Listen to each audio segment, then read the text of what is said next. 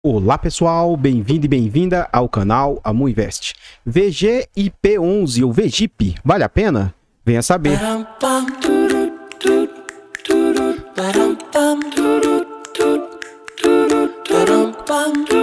Então pessoal, antes da gente saber mais a respeito desse fundo imobiliário, eu gostaria de pedir humildemente, por favor, deixa o like no vídeo e comenta para nós. Você conhece esse fundo imobiliário?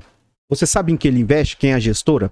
Comenta, que seu comentário é muito importante para o crescimento e desenvolvimento do canal. Compartilhe o vídeo com as pessoas que você conhece. Nos ajude a levar conhecimento e educação financeira a mais pessoas. Like, comentário e compartilhamento é de graça, não custa nada e vocês vão nos ajudar imensamente. Temos o objetivo de tentar alcançar 5 mil inscritos até o final de janeiro.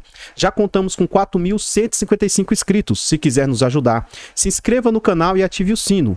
Temos também a opção de membro. Tá gostando do canal e quer nos apoiar? Clique no botão azul e saiba mais.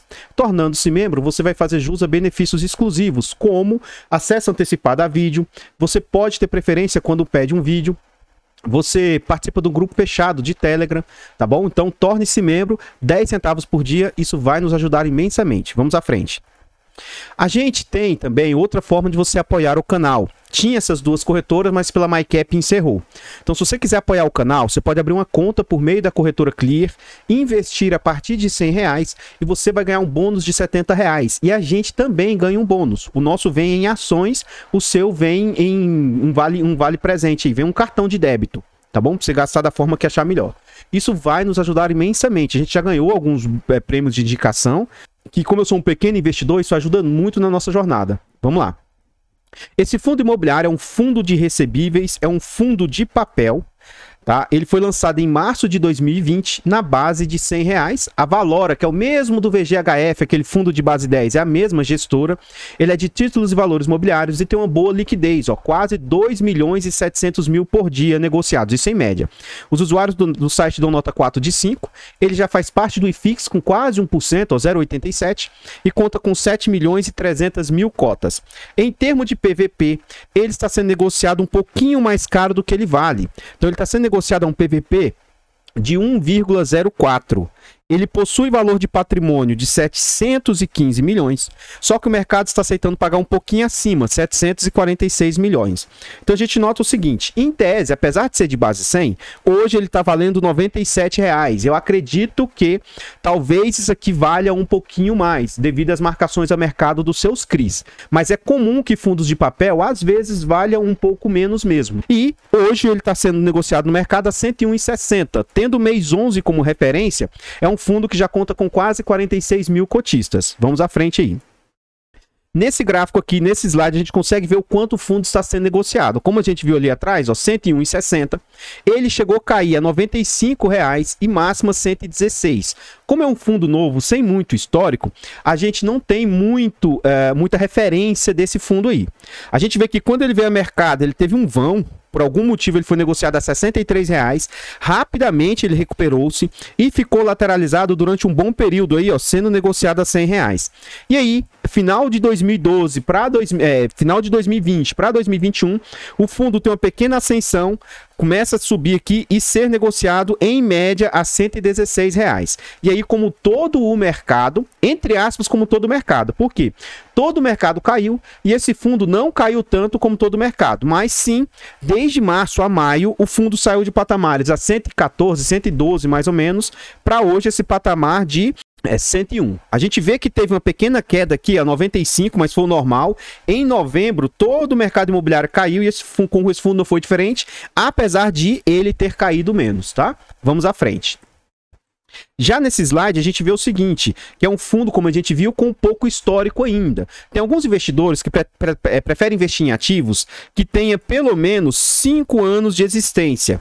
Esse fundo aqui não tem 2 anos completos. Nesse ano ele vai fazer 2 anos e vai partir para o seu 3º ano de existência, que é outro patamar que alguns investidores preferem investir. Para ações, eu vejo isso como sendo válido. É interessante você investir em ações que tem histórico. Já fundos imobiliários eu não ligo para isso. Contudo, quando eu me posiciono num ativo novo, eu entro com pequenas posições. Na minha carteira fechada, ela já está praticamente fechada. Na carteira pública do canal, os ativos já estão praticamente escolhidos. Eles podem sair um, entrar outro, tá? Mas assim, quem acompanha a nossa série, a gente tem uma série aqui no canal, ela se originou do 0 aos 1000 com pouco dinheiro. Então eu mostrei aplicando na prática R$50 por semana, semana a semana, mostrando como que se aplica, onde apliquei, por que o racional, tá? E a gente atingiu os R$1.000. Agora a gente está na nova série, dos 1.000 aos 10.000 com pouco dinheiro, ainda é aportando pouco. Só que agora a gente vai passar a aportar R$100 por semana. A gente já fez o primeiro aporte da semana e toda segunda-feira, na medida do possível, a gente vai sempre fazer um aporte aí de R$100. Esse ativo, ele a princípio vai fazer parte da nossa carteira.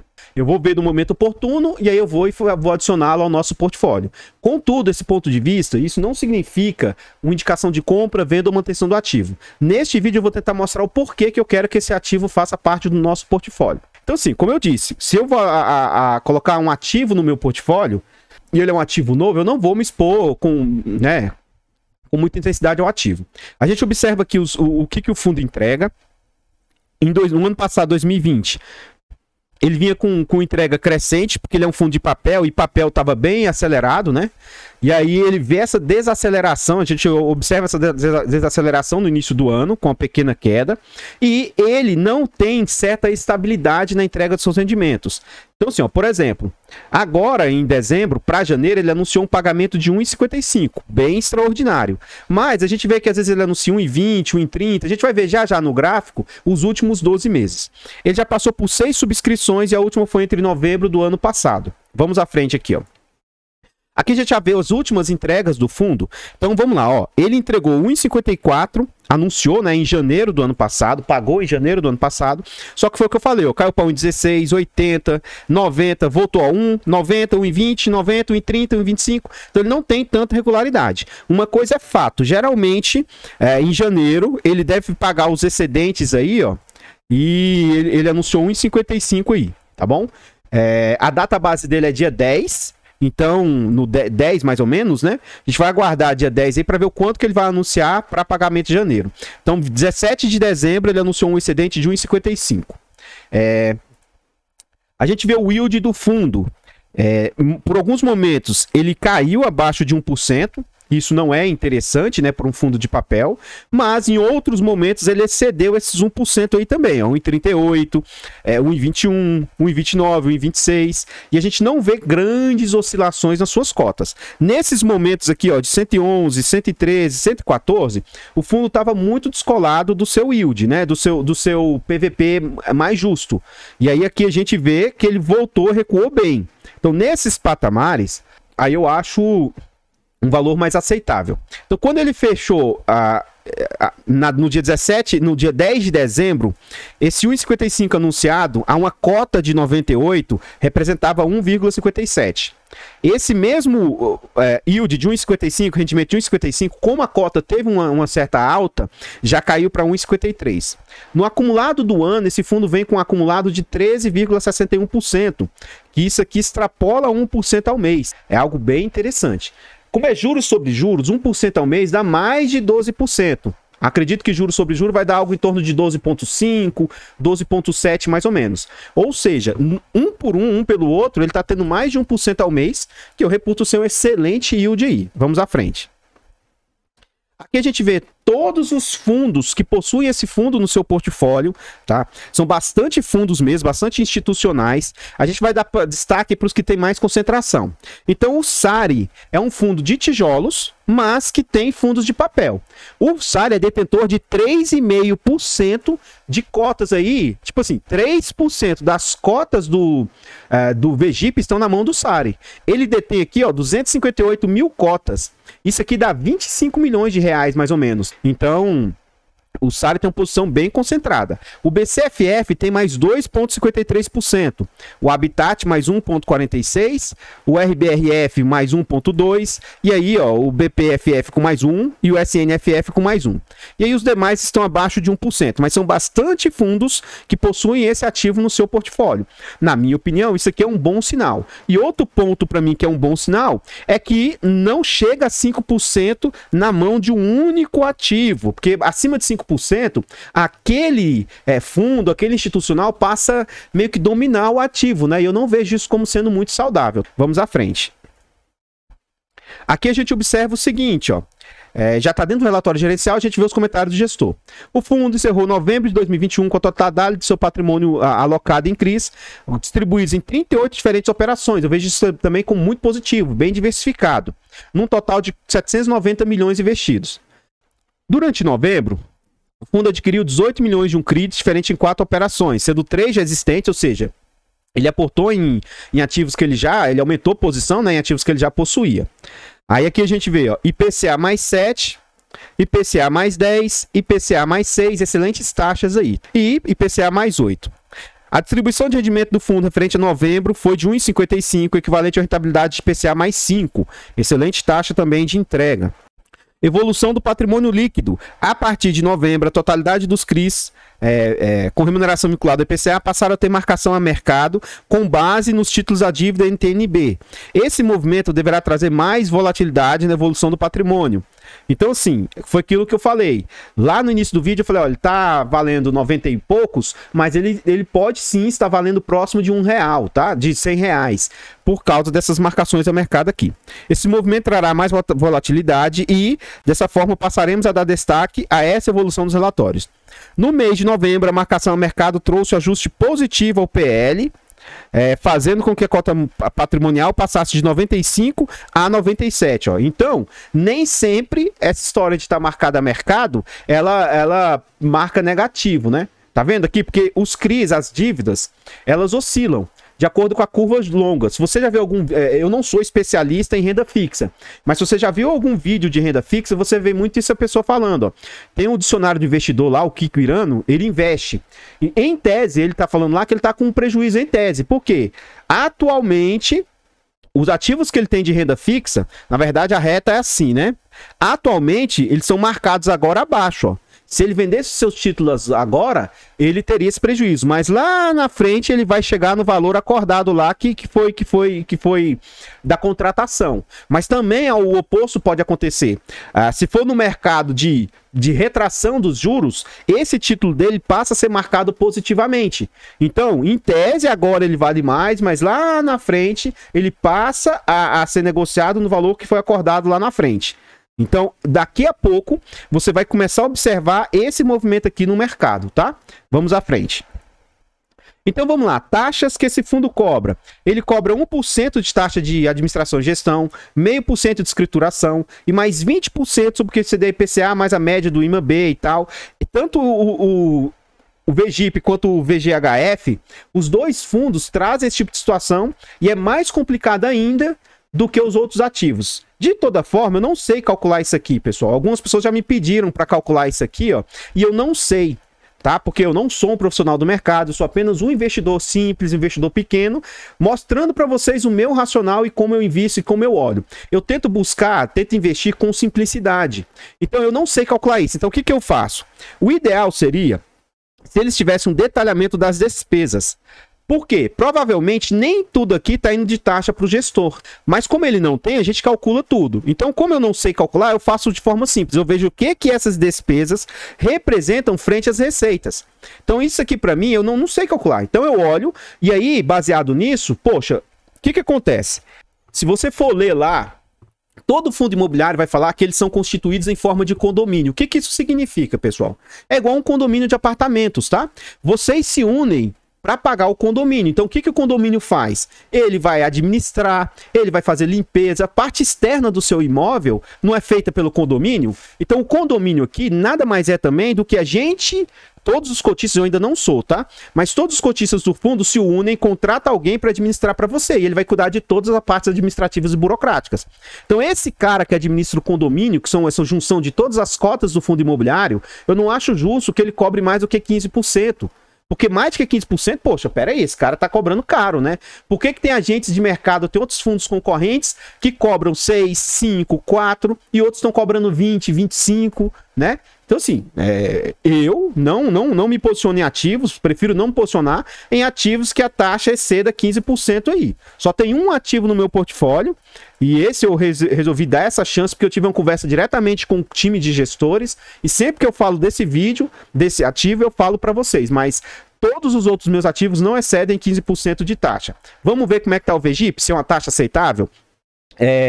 Eu trago uma série aqui para o canal que se chama Top 20 ou Top 10 fundos. A maioria deles são Top 20 fundos para o mês subsequente, tá? Então já vai ter a nova série para fevereiro de 2022, os 20 melhores fundos para fevereiro de 2022, tá bom? E nela eu falo sobre taxa, falo sobre o que ele está pagando de yield acumulado, patrimônio do fundo, liquidez, eu trago várias situações nesse sentido. Tá bom? Então vamos ver aqui, sem mais delongas, o que está sendo a taxa desse fundo aqui. Vamos lá. 703, a gente vai multiplicar por 100 e vai dividir por 13.871. O que a gente vai observar?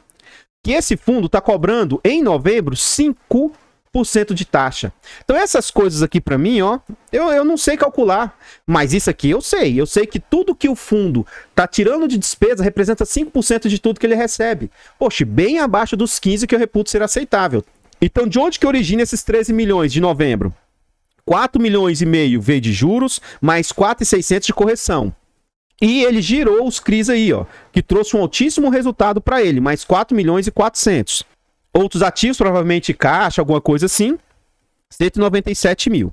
E note que foi um resultado bem extraordinário frente aos outros meses. Então isso aqui é um não recorrente. Se a gente observar outubro, não teve todo esse giro de carteira. Setembro ele conseguiu girar também aí os CRIs. Então não é sempre que ele consegue girar isso tudo aí. Então vamos lá, ó. Vamos ver no acumulado do ano. Nos últimos 12 meses. Vamos pegar o total de despesas, 7.800, multiplicar por 100... e dividir por 80.821. No acumulado do ano, o fundo já sobe a sua taxa para 9,65. Tá vendo a importância? E aí eu tenho que bater palmas para a gestora nesse sentido. Por quê? Então, olha só. Esse fundo aqui traz o que eu peço para a maioria dos fundos trazerem. Olha só. Ele traz os 3 últimos anúncios, traz o acumulado do ano, traz o acumulado dos últimos 12 meses, que foi inclusive aqui que eu vi que realmente as taxas não são 5, e sim, que é o que interessa, tá? O que interessa é que no total tá pagando 9% de taxa. Mas ainda assim, eu reputo ser uma taxa bem saudável, tá? Aqui ele mostra que ele não entregou tudo que ele tem para entregar. Ó, ele teve como resultado 73 milhões e só distribuiu 70 até então. Ou seja, ele faz aqui, ó, para finalizar, um dos pontos mais importantes que eu gostaria que todo ativo tivesse, ó. O fundo encerrou novembro com a reserva de caixa equivalente a 39 centavos. Para eventuais despesas, incluindo performance.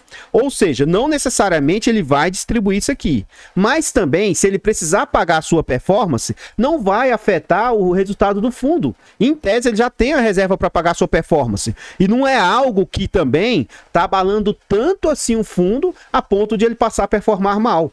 Entende? Então eu vejo tudo aqui de forma bem saudável. E dentro do relatório aqui, a gente vai ver sobre a segurança dos seus ativos ou não. Vamos à frente aí. Então vamos lá, aqui a gente vê os ativos que ele tem no seu portfólio, o ativo que ele tem maior concentração aqui, ó, é esse CRI Tecnisa, ó, Tecnisa é setor corporativo, representa 8% do PL, é IPCA mais 7 e o duration de 4,6. O ideal que um duration seja entre 3 a 4 anos no máximo. Quanto mais longo o duration, mais risco você incorre, porque uma dívida muito longa, é muita coisa para acontecer, pode ocorrer algum imprevisto nesse meio termo aí, nesse meio do caminho. Mas sim, 4,6 eu reputo ser aceitável. Corporativos, as dívidas costumam ser mais longas mesmo, tá? Os fundos, os CRI, são todos de pagamento mensal, isso é bom que tem previsibilidade, né, todo mês. O que falta para mim aqui seria se ele estivesse trazendo um fluxo, se tem inadimplência, como é que tá a razão de fluxo de caixa, outras situações nesse sentido, o LTV, tá? Mas não traz, mas assim, alguns têm rating, né, que é classificação de risco, nem todos têm, mas isso aí para mim também não é problemático. Mas o que acontece? Ó? O que a gente vê que o ativo que ele está mais concentrado chega a ser no máximo 8% do seu PL. Para mim isso aqui é bem satisfatório. Vamos à frente.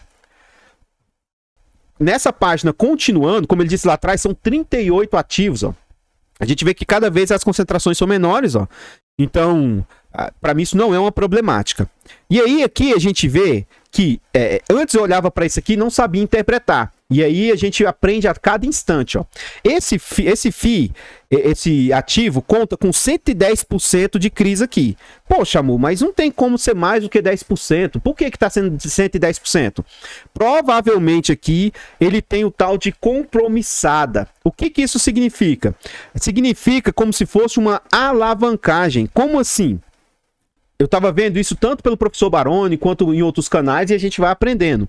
Então, às vezes, o que acontece? Ele se compromete a comprar o ativo, ele tem um vínculo com aquele ativo, só que ele ainda não gastou o dinheiro para aquele ativo. E com isso, ele paga uma taxa a mais por isso. Mas assim, ele se compromete a recomprar aquele ativo.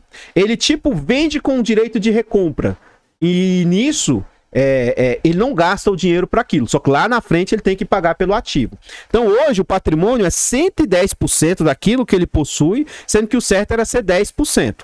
Tá bom? Então note que ele tem aqui, ó, 10% em caixa aí, por quê? Tá sobrando 10% de algum rendimento, por exemplo, que ele ainda não, de algum desses ativos que em tese ele não pagou ainda. Então caixa bruto tem 30 milhões, ele tem rendimentos a distribuir mais provisões 100 milhões aí, e o caixa líquido 75 milhões aí.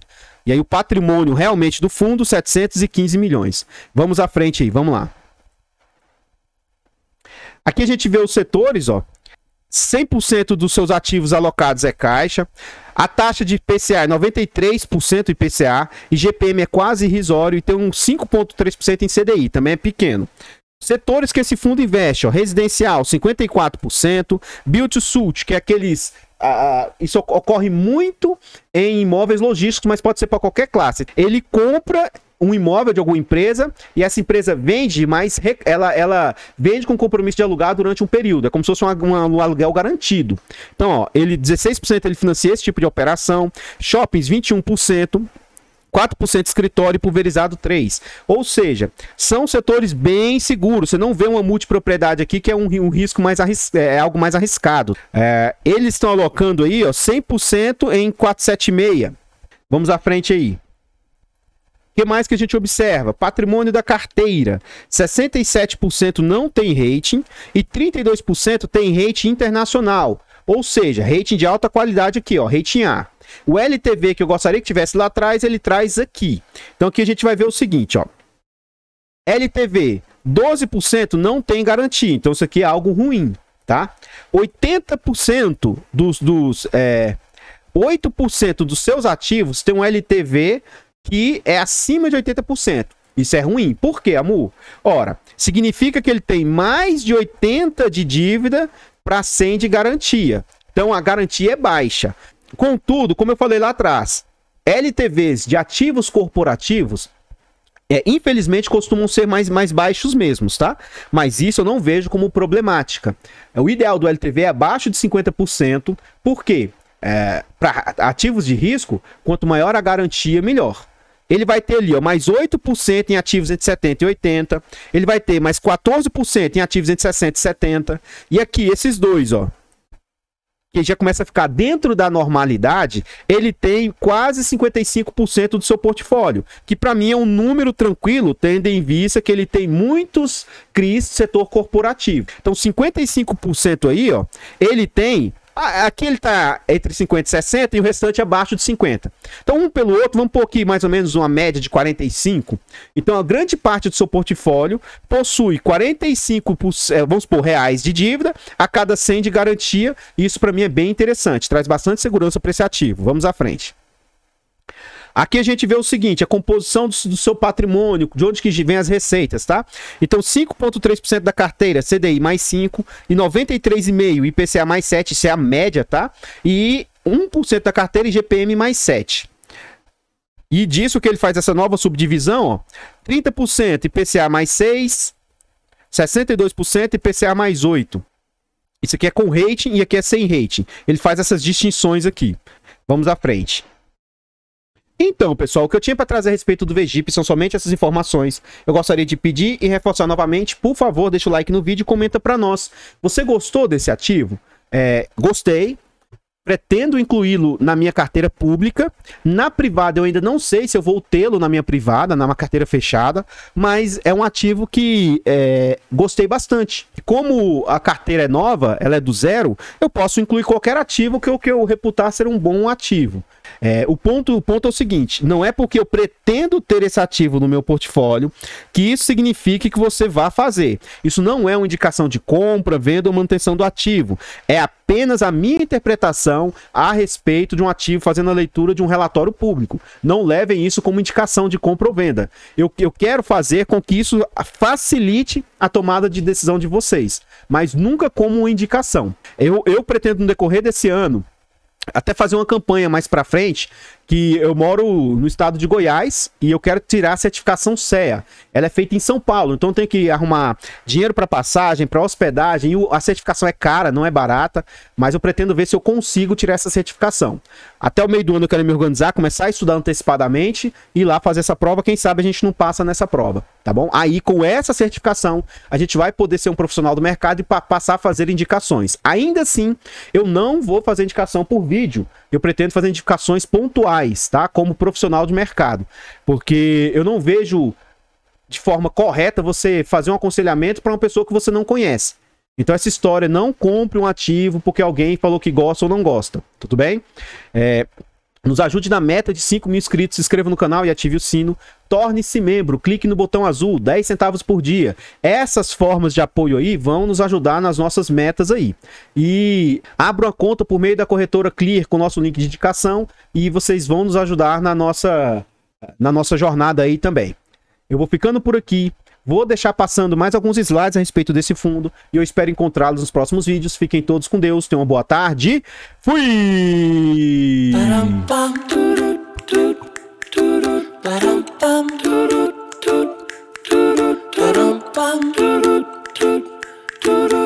Artlist.io.